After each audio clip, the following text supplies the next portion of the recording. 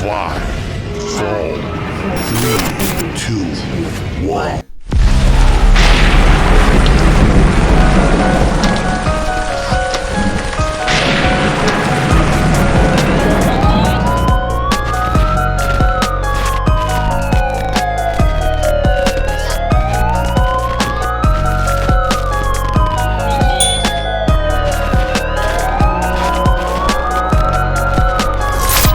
What's up, YouTube? This is Chris with No Names Media, and I'm really happy and appreciate you being able to join me as we discuss this tragic story that's still happening as we speak.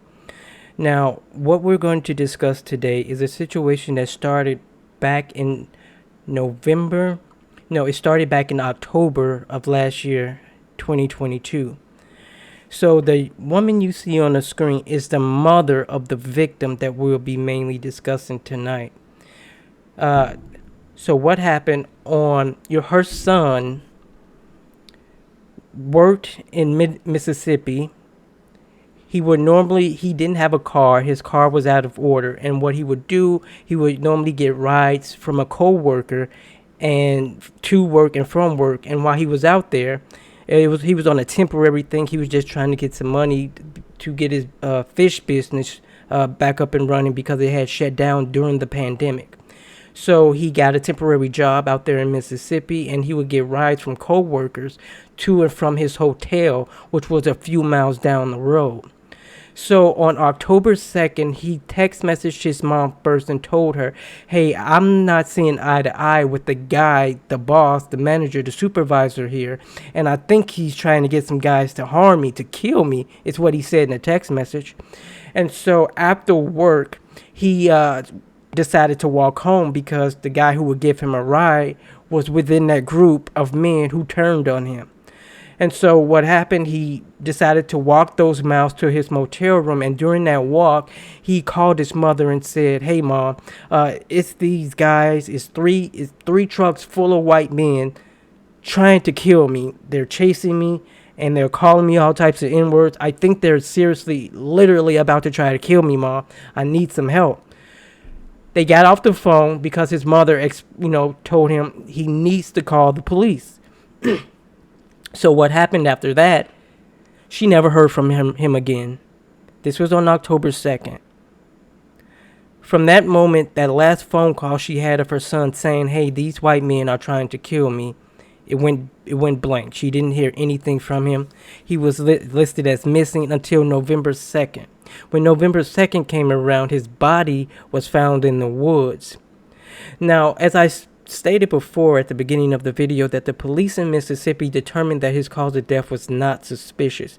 But, however, you tell me if it's suspicious when you find the corpse, the decomposing corpse of an individual whose head is not attached to his body anymore.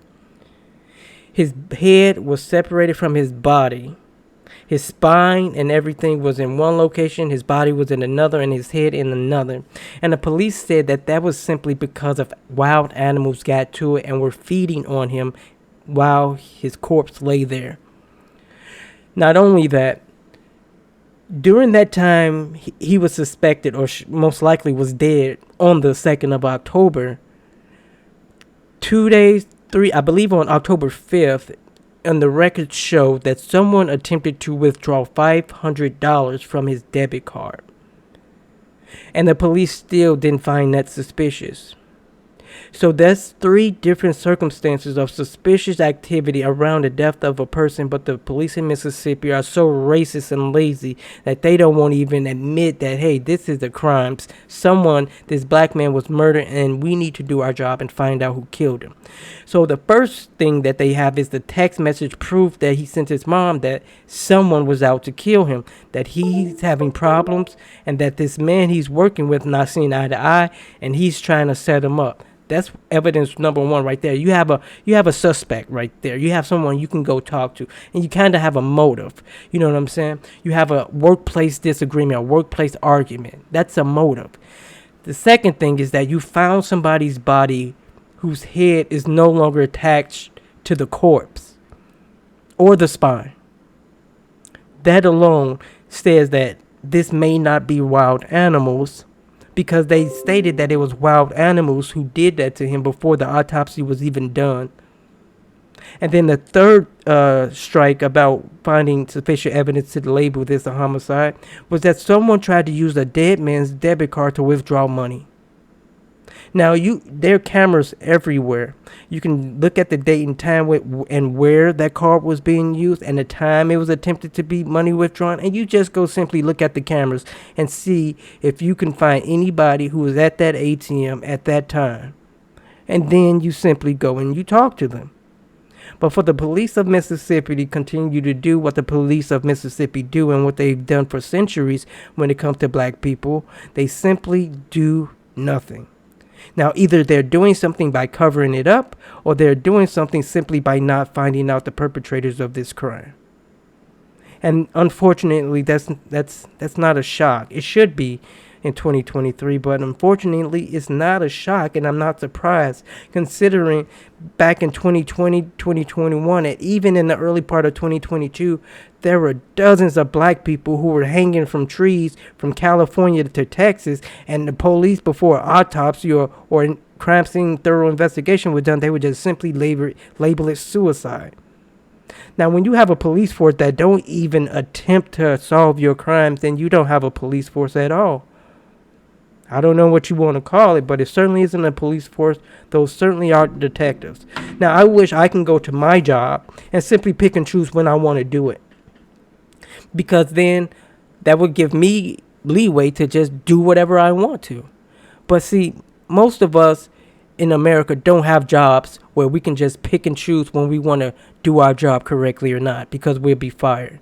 But the police in America seem to have so much leeway and get so much wiggle room from doing their job responsibly that they sometimes simply don't even do their jobs. And that's terrible. So I'm not going to hold you too much longer. I want to be as thorough and precise with this video as I can. I don't want to hold you. I don't want to make it an hour long, although this young man deserves all the explanation in the world, and we deserve those answers. But I want to be as concise as I possibly can. So what we're going to do now, this video took place in November, a month after her son's body was found. And I want you to hear out of her mouth, before we proceed, what happened and what she experienced that day her son went missing. He had told me the night before he was in danger. Tiffany Carter is living a mother's worst nightmare, learning her child was in danger only to be found dead weeks later. He told me it was 3 trucks of white men trying to harm him. Now the family of 25-year-old Rasheen Carter is desperately seeking answers to what or who caused his death. Rasheen Carter was working in Taylorsville, Mississippi, doing contract work.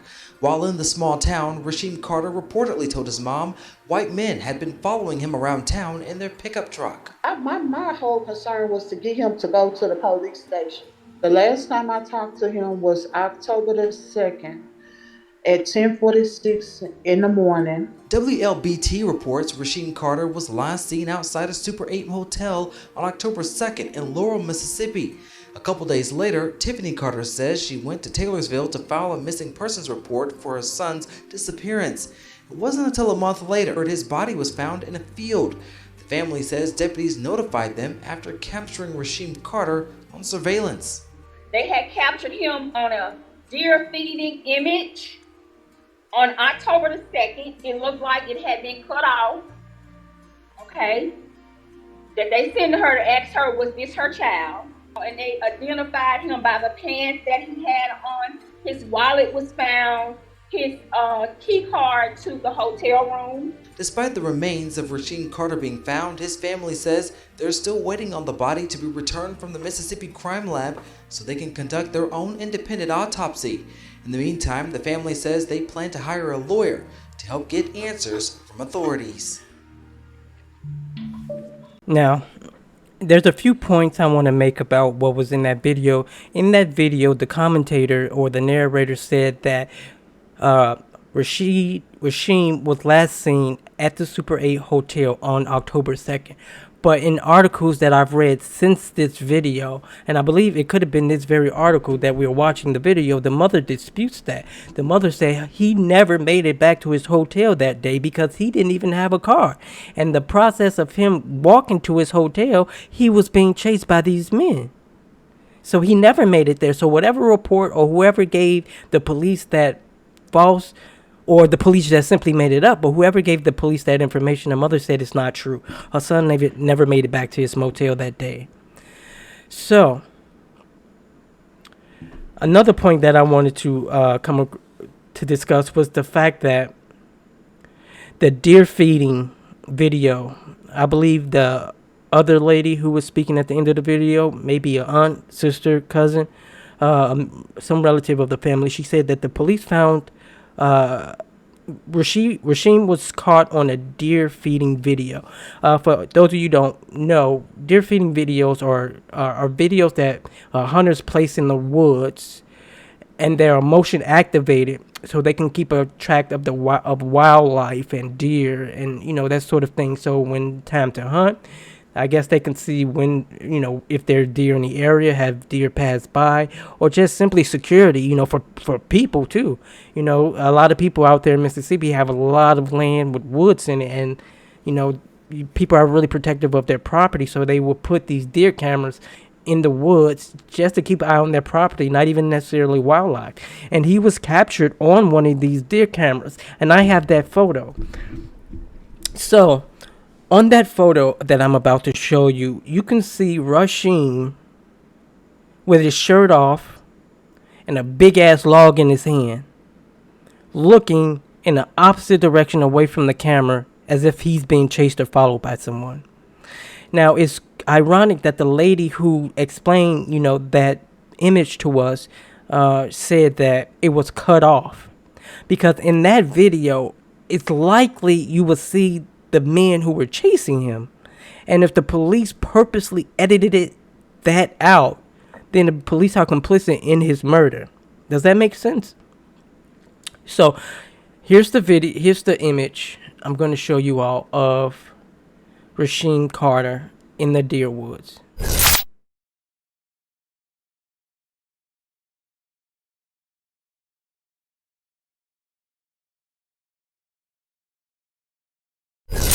Now, as you can see, the date on that video is 10/02/2022. If I'm not mistaken, the mother said the last time she spoke to her son was at 10:42 a.m. that morning. And that's when he told her he was being chased. So based on this video, or this image rather,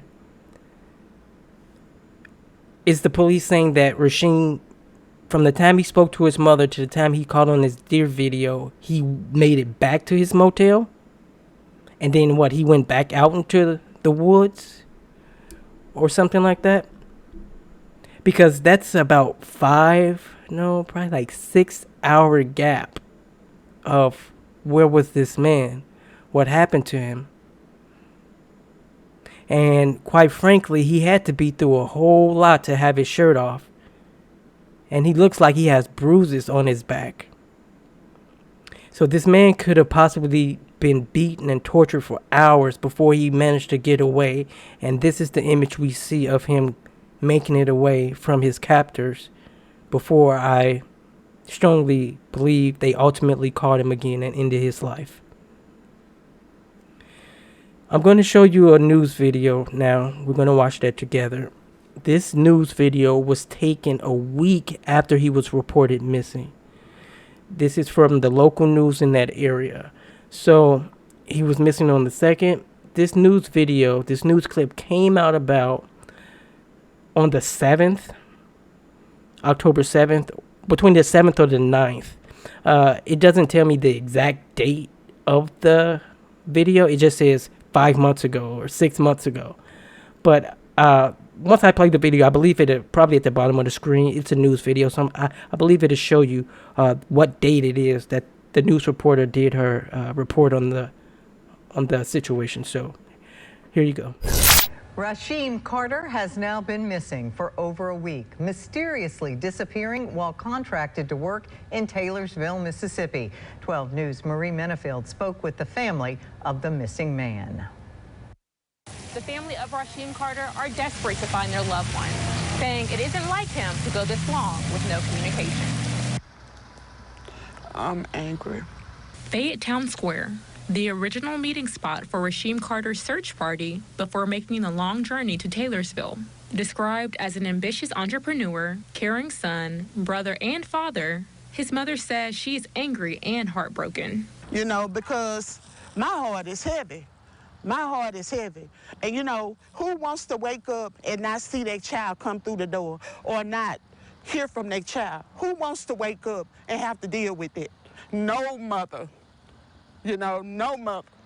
You know, so at the end of the day, we got to make a move. We got to make a move. I'm going to move. If I got to move by myself, I'm going to move. According to Carter's cousin, this is something unimaginable, nothing they would have ever expected to happen to their family.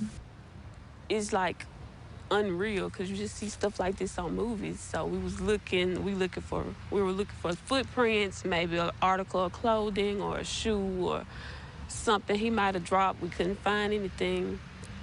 Talked to the police, went to the gas stations, we went to other places to see if we could see some footage. His mother says he called her in distress, searching for help as he felt his life was in danger. Taylorsville Police Chief Gabe Horton says Carter did ask officers for a ride to Laurel, but they were not able to give him one as it was too far out of their jurisdiction. Situations like this arise, you can't just wait to make a move for people when something is going on. You got to make a move then, you know, right then when they say it. And, you know, I feel like after all the things that have went on, I feel like he still didn't get what he needed. I feel like he was let down by the Taylorsville Police Department. Now the family says they are in limbo while investigators are trying to add up the pieces. The family says they plan to take another search party down to Taylorsville later on this week. Reporting in Fayette, Marie Menefield, 12 News. All right, so as you can see from that video, my heart and my soul goes out to that mother because I don't want to begin to even imagine the emptiness and the heaviness of her heart that she feels, especially at that point in time. This was a week after her son was missing. She didn't know if he was dead or not, but she knew that something was wrong. And I feel so bad for her, and I wish and I hope that you all out there who are taking the time to go over this news information with me about Rasheen's case, have it in your heart and in your spirit to send out that energy out to that mother for comfort and get some justice for her son. Because it's getting to the point now where the police aren't even protecting us. Now, the mother said that he did make contact with the police and he did ask them to provide him a ride to get to his motel, but he was outside of their jurisdiction. And so what, the police just let him go? You can't tell me that this man had enough fear in his heart that he would call his mother and say he's in danger and he's afraid, but not tell the police when he met up with them? What the police should have done is took his information, I'm sure he knew who was after him, get the names and information of the people who were after him. Take him as far as you can to that jurisdiction line. You call another officer from that next jurisdiction to take him the rest of the way. It's not that hard, but it's too much like right. All too often in this country, black people are seen as not needing help or just making shit up. I don't know why they wouldn't help him. Your job as a police officer says it in your oath to protect and serve. And when a man was literally at their doorstep, at their feet saying, I need help. They gave him some bullshit as an excuse about how far they couldn't go. That's the police for you, man. That's the police for you. Alright, so at this point, his body wasn't found yet. Okay?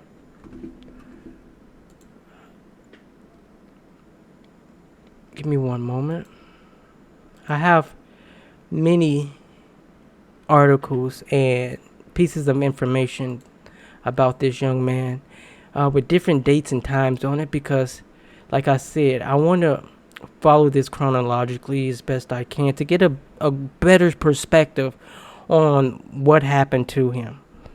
Now, one thing that boggles my mind is that I'm sure this woman still has the text message of her son saying, "Hey, these white men is after me, or my supervisor or my boss or my coworkers are trying to harm me." I know she still got those text messages, and the police still can look at those text messages and not offer and not rule this as at least suspicious. They literally labeled this homicide, unsuspicious, no foul play whatsoever. That's what they did. They said no foul play was found before the autopsy was even done, regardless of all the information that was provided to them.